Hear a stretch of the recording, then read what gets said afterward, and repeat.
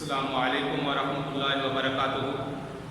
عزیز طلبہ، اللہ تعالیٰ کی ذات سے امید ہے کہ آپ سب خیریت سے ہوں گے اور گزشتہ سبق آپ نے توجہ سے سنا ہوگا۔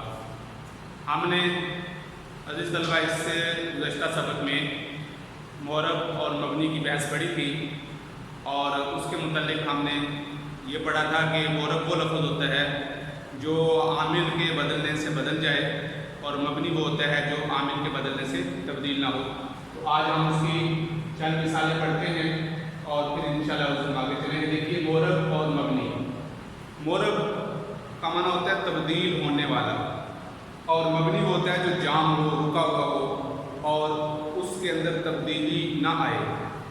اب ہم یہ بات پڑھ چکے ہیں کہ جو کسی بھی کلمے کے آخر میں حرکت آتی ہے، جیسے یہاں پیش آ رہی ہے، یہاں زبر آ رہی ہے اور یہاں زیر آ رہی ہے، ان تینوں جگہ پر زبر آئے، زیر آئے یا پیش آئے، اس کی کوئی نہ کوئی وجہ ہوتی ہے۔ اس کی وجہ یہ ہوتی ہے کہ اس کے قبل، اس کے شروع میں، اس سے پہلے، اس لفظ سے پہلے کوئی ایسا عامل ہوگا، عمل کرنے والا ہوگا جو اس پر جو اثر انداز ہو رہا ہے اور اس کے آخر میں حرکت دے رہا ہے۔ جیسے ہم پہلی مثال دیکھتے ہیں، اب یہاں دیکھیے گا جملہ لکھا ہے جاء زید، جاء کا مطلب ہے آنا، زید آیا۔ اب یہ فعل ہے، جاء فعل ہے اور زید اس کا فاعل ہے، اور قاعدہ یہ ہے کہ فعل اپنے فاعل پر اثر انداز ہوتا ہے اور اس کو پیش دیتا ہے۔ تو اس نے اس کلمے کو پیش دے دی، زید کو پیش دے دی، اور جب یہی لفظ زید رأیت لفظ آیا، رأیت کا لفظ آیا، تو رأیت فعل ہے اور اس کے اندر فاعل موجود ہے۔ یہ تو اس میں اس بات کی دلالت ہے، یہ علامت ہے کہ اس کے اندر ضمیر فاعل ہے اور وہ ہے انا۔ رأیت میں نے دیکھا، زیدن، اب اس کو فاعل کی ضرورت نہیں ہے، فاعل اس میں موجود ہے، تو زیدن اس کا مفعول بنے گا اور اس پر یہ عمل کر رہا ہے۔ زید رأیت زیدن، میں نے زید کو دیکھا، اور یہ قاعدہ ہے، اصول ہے کہ مفعول بہ پر زبر آتی ہے تو اس وجہ سے اس عامل نے اس پر زبر دے دی۔ مررت بزید، اب یہاں دیکھیے اس کے شروع میں با حرف جا لگا ہوا، با جیسا لفظ ہوتا ہے بسم اللہ، بسم اللہ، تو اس کے شروع میں یہ با لگا ہوا ہے۔ تو یہ کچھ چند حروف ہیں، وہ بھی ہم آگے چل کے پڑھیں گے۔ وہ جب اسم کے شروع میں آتے ہیں تو اس کو اس اسم جس اسم کے شروع میں یہ حروف آ جائیں اس کو زیر دیتے ہیں۔ تو بالکل اسی طرح ان حروف میں سے ایک حرف با بھی ہے، اس کی میں نے مثال ذکر کر دی، جیسے بسم اللہ۔ تو یہ جب زیر پر داخل ہوئی، اس کے شروع میں یہ ذکر کر دی گئی، لگا دی گئی، تو اس پر زیر آ گئی۔ اس سے معلوم ہوا کہ عامل، یہ سارے عامل ہیں، یہ فعل ہے، یہ بھی فعل ہے اور یہاں حرف ہے، یہ اسم پہ آ رہے ہیں اور اس میں اثر انداز ہو رہے ہیں اور اس میں تبدیلیاں کر رہے ہیں۔ تو عامل کے آنے کی وجہ سے اگر تو حرکتیں تبدیل ہو رہی ہوں، جیسے یہاں پیش آ گئی، یہاں زبر آ گئی، یہاں زیر آ گئی، اگر تو حرکت تبدیل ہو گئی ہو تو وہ معرب ہے، اس کو معرب کہتے ہیں، اس کی حرکتیں تبدیل ہوتی چلی جاتی ہیں۔ اور جو آخری کلمہ ہے جس کے اوپر زیر زبر یا پیش آتی ہے اس کو محل اعراب کہتے ہیں، اور مبنی وہ ہے جو تبدیل نہ ہو، عامل کیسا ہی کیوں نہ آ جائے وہ تبدیل نہیں ہوتا۔ جیسے دیکھیے گا جاء ھذا، یہ آیا، اب یہ ھذا مبنی ہے، جاء فعل ہے اور اس کو فاعل کی ضرورت ہے اور یہ اس کا فاعل بن رہا ہے، لیکن اس میں جاء فعل کی وجہ سے ھذا میں کوئی تبدیلی نہیں آئی۔ یہ ھذا یہ اسی طرح لکھا ہوا تھا، اس میں کہیں بھی ہم نے پیش ذکر نہیں کی۔ آگے آتے رأیت، رأیت ھذا، اب یہاں دیکھیے رأیت ھذا یہاں لگ گیا، اور لیکن ھذا میں کوئی تبدیلی نہیں ہوئی، یہاں بھی ہم نے جاء ھذا، یہاں پر بھی ہم نے ھذا پڑھا تھا، رأیت ھذا یہاں پر بھی ہم ھذا پڑھ رہے ہیں۔ آگے مررت بھذا، اب یہاں پر با حرف جب لگ چکا ہے، با ساتھ لگا ہے، لیکن اس کے باوجود بھی ھذا میں کوئی تبدیلی، اعراب کے پاس کسی قسم کی کوئی تبدیلی نہیں آئی۔